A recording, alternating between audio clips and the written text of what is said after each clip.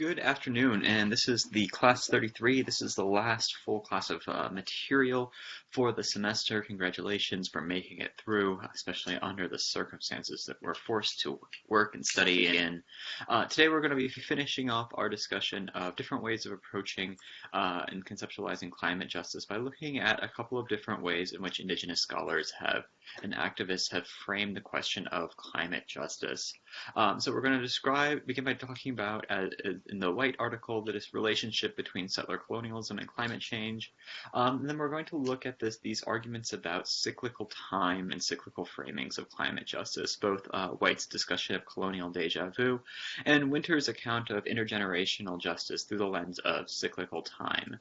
And so we're going to, then in your discussion post, I'd like you to think about how these ways of framing climate justice can contribute to and challenge and unsettle some of the ways that we've talked about climate justice throughout this course.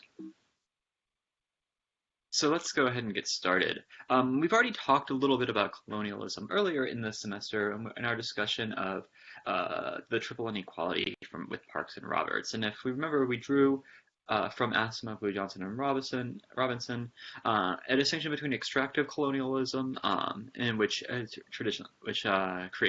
up with creating weaker institutions and single export dependent economies, which reproduces as Parks and Roberts argued, the triple inequality of climate change, that inequality of vulnerability, responsibility, and adaptation capacity. But there's a danger in which we could frame this as like, oh, well, settler colonies are good, therefore. But what Whyte is arguing in this piece is that settler colonialism, while it does create some stronger institutions and economies for European settlers, that these settler colonial laws, policies, practices, and programs both open up indigenous territories for carbon-intensive economies, and at the same time play a significant factor in why indigenous peoples face heightened climate risks. The settler colonialism reproduces and intensifies forms of vulnerability to climate change that we saw those who were victims of extractive colonialism. And so looking from the perspective of indigenous peoples, we get a kind of added nuance and added challenges to overcome and added dimensions of climate justice. So Whyte in this article describes settler colonialism as a structure of oppression, and it involves the violent dispossession and erasure of indigenous peoples and their relationship to the land and their ownership of the land. That it requires the settler society establishing itself in that territory according to its own cultural and political systems, and erasing indigenous population both through violence, but also violence in terms of mass murder and ethnic cleansing, and the forced relocation of people from their traditional homes and lands to reservations. And the history of the United States relationship with Native Americans is this history of ethnic cleansing and relocation. And so, in addition, Whyte argues that settlers eventually filled in the treaty areas and reservation areas with their own private property and government lands, which create limits on where and when indigenous people can harvest, monitor, store, and honor animals and plants. That they settler societies impose a particular way of organizing the land, such as private property, such as viewing land as resources to be expropriated and extracted, and then this confinement of native peoples to reservation lands restricts their ability to engage in their own practices of raising livestock, of farming, of hunting, and this disrupts not only their traditional ways of life, but also, as Whyte argues, that this prevents the dynamic responsive forms of social adaptation. If the beginning of that article, as you'll recall, Whyte describes how in many Native peoples build their social institutions around an adaptation to kind of seasonal changes in plants that are available and seasonal growing patterns of plants, of migration patterns of wildlife, and that the entire society for many Native peoples is built around this kind of adaptation to climatic change. However, settler society requires this much more rigid conception of time and land and spatiality that prevents this dynamic adaptation. And and additionally, this kind of turning the land into something that you can own and sell and monetize, according to Whyte, and this logic of capitalist exploitation, and it creates deforestation, water pollution, the clearing of land for large-scale agricultural urbanization. And this generates disruptions on ecosystems that transforms them, the ecosystems from how they were functioning, that undermines indigenous knowledge and indigenous people's ability to cultivate landscapes and adjust to environmental change. And so we can see how this reproduces the triple inequality. On the one hand, there's an unequal responsibility, where indigenous peoples are often at the site of fossil fuel extraction, but reap none of its benefits. So this can be demonstrated very clearly in the the Dakota Access Pipeline that was going to pass both through original Sioux territory under the 1851 Treaty of Fort Laramie, and then very close to the Standing Rock Sioux Reservation. But the people of the Sioux people were not going to reap the economic benefits of this oil pipeline. There's also a fundamental inequality and vulnerability in which pre-existing economic inequalities and threatened forms of life mean that Native peoples are frontline communities who are both first and more profoundly affected by climate change. And part of this is then driven by a not in my backyard politics. As you can see from this map over here, the original pipeline plan was going to go near the town of Bismarck. But it was rerouted through the Sioux territory in light of concerns about water quality being affected by the pipeline for the people of Bismarck. And so this disregard for both Native peoples' pre-establishing claims to the land, as well as Native peoples' own lives and welfare, contributes to their unequal vulnerability. And finally, as we talked about, the loss of a traditional social structure based on the seasonal round of adapting their social relations based on seasonal changes in the climate means that they are not able to adapt as they would normally be able to changing climatic conditions. And so what Whyte wants us to think of is that we should not think of this as simply bad luck, but thinking of it as a structural injustice. That he notes that in much of the literature, both by policymakers and by ethicists, that these standard readings and arguments about risk, vulnerability, and injustice, the reason why harms are seen as bad luck is that the climate injustice primarily refers to the origins of climate impacts on carbon-intensive economic activities, such as fossil fuels and deforestation. Yet these climate change drivers are not related to any further reasons why indigenous peoples live locally in ways that are more sensitive to climate change impacts and infrastructure, or endure the legacies of colonialism, such as poverty or declining infrastructure. That these are viewed as disconnected things, that the increasing vulnerability of Native peoples is not connected to the ways in which this vulnerability is created by the very same practices that colonialism creates both climate change and these vulnerabilities. And so the effects of climate change are things that occur on top of, as Whyte suggests, on top of existing old problems of colonialism, rather than viewing themselves as intrinsically related. And that's this bad luck view that, like, oh shucks, isn't it awful that many vulnerable Native peoples are also going to suffer the worst from climate change. But instead, Whyte says that we need to see climate injustice as part of a cyclical history situated within a larger struggle of anthropogenic climate change, catalyzed by colonialism, industrialism, and capitalism, not three unfortunately converging courses of history. Then we need to see climate change as the product of these kind of accreting and mutually reinforcing systems of oppression and exploitation, rather than simply another misfortune that's happening to indigenous peoples. And this, for Whyte, this invocation of cyclical history points us to the next main topic, that for some indigenous scholars, at least the two that we're looking at today, this requires rethinking temporality. And by temporality, it's how we conceive of or conceptualize or represent time. Now, we tend to conceive of temporality within a linear movement in which the past, the present, and the future are separate, distinct moments in time. The present is the only one that is real, while the future is not yet, and the past has already happened. And time flows in one direction, that there's this one-way causal efficacy, that we are affected by the past and we affect the future, but we are not, there's no way to change the past and we are not affected by the future. And this is, and as Winter in her article argues, that this creates challenges for intergenerational justice, and we've already seen some of these. So how do we hold the past responsible if we can't punish previous generations for their contribution to climate change? What is it? How do we deal with the historical injustices of climate change? How do we relate to future generations? Whether that we are thinking about Parfit's non-identity problem or Gardner's intergenerational prisoner's dilemma, that there's lots of concerns of like, why should we sacrifice now for people that when there's no reciprocity of future generations to current generations. And Winter says that we should try to imagine time differently, and this is what she writes on pages 5 and 6. Consider for a moment this possible spiral. I have ancestors. I live now, and I have children who will, all being equal, continue to live when I am gone, and I will have grandchildren, all things being equal, and so on.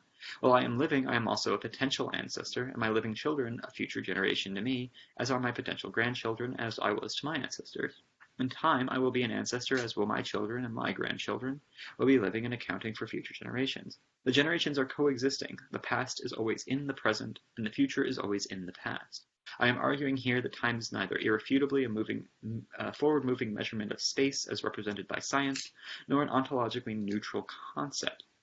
That what if we conceived the past as being brought forward into the future? What if we thought of the present as holding together both the present, the past, and the future? That the future is contained in the present. How would that change the way we think about intergenerational responsibility?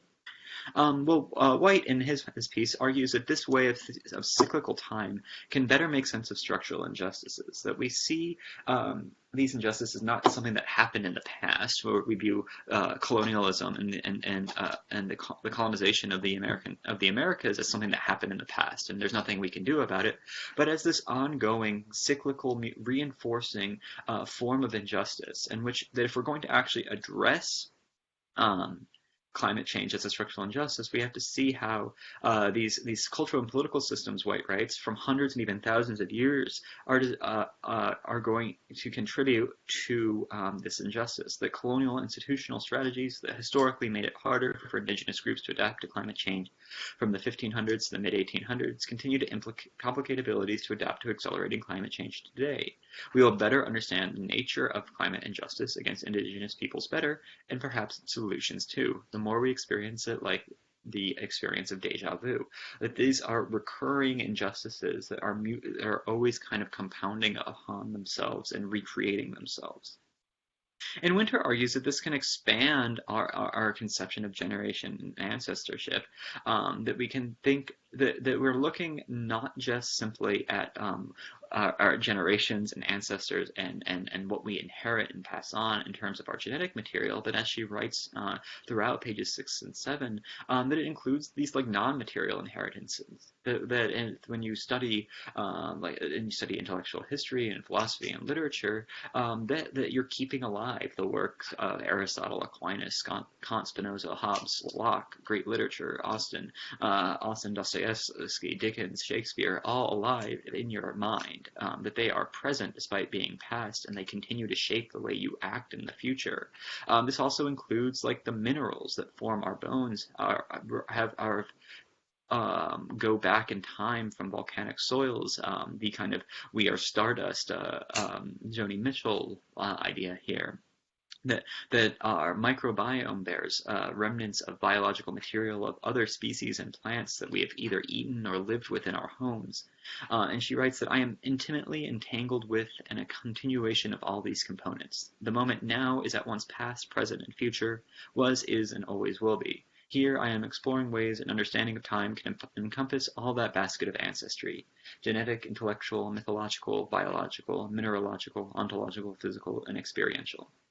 That we think of ourselves not simply as the discrete moments in time separated, but we think of all of our experiences as all-inclusive and always connected. And this gives us a much more inclusive conception of environmental justice over time.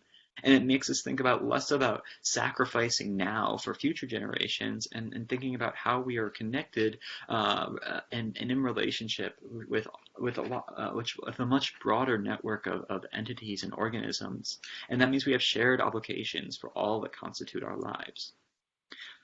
So she explores how this might actually work in practice in discussing the 2014 decision by New Zealand to recognize the Te Awatere georegion as a legal entity with the full capacity of a legal person, and that it is an indivisible and living whole that comprises the Wanganui River and from the mountains to the sea, incorporating all its physical and metaphysical elements, and is a legal person with all the rights, powers, duties, and liabilities of a legal person.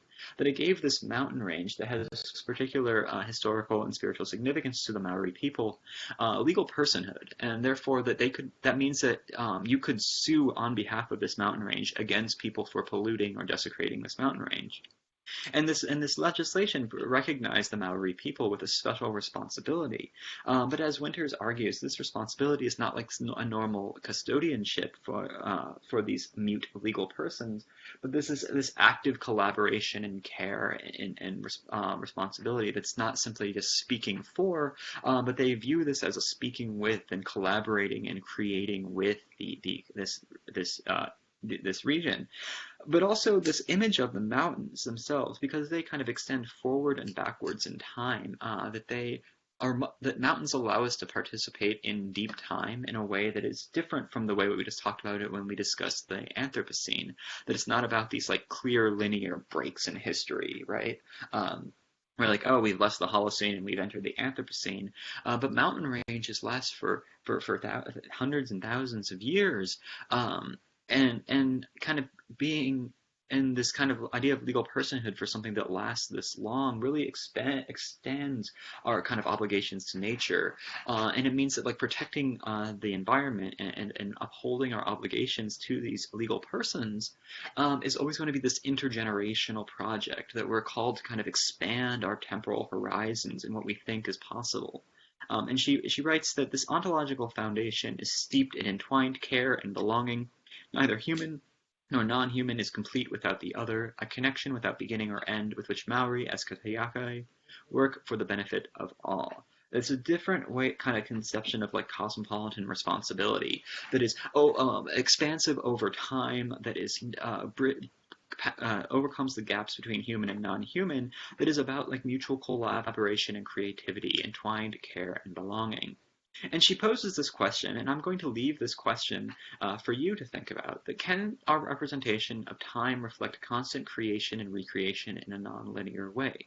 Mountains, ranges, lakes, and waterways, and all living matter, humans included, have a repetitive pattern, a pattern of birth, change, and rebirth, of continuity, circularity, and synchrony. And that this way of rethinking time away from some bad things happened in the past, we need to act now, and we owe obligations to the future, how might this change the way we think about justice and responsibility in the context of climate change? So our next class is our last class. I'm going to talk about offer some conclusions and wrap up kind of some closing thoughts on climate change, global justice, and responsibility. There's no assigned readings, but I'm going to host, rather than pre-recording a lecture, I'm going to host this live. I'll record the live session. So please join us for our normal assigned class time on Monday. So for the discussion threads for this evening, please I'm asking you to evaluate the arguments made by Whyte and Winter that an alternative way of conceptualizing and representing time as cyclical rather than linear can better orient climate justice. Is this argument persuasive? Does it have rhetorical appeal, and for whom? So how does this kind of argument, is this argument persuasive theoretically to you? How might this be an effective rhetorical argument? For whom might it be effective?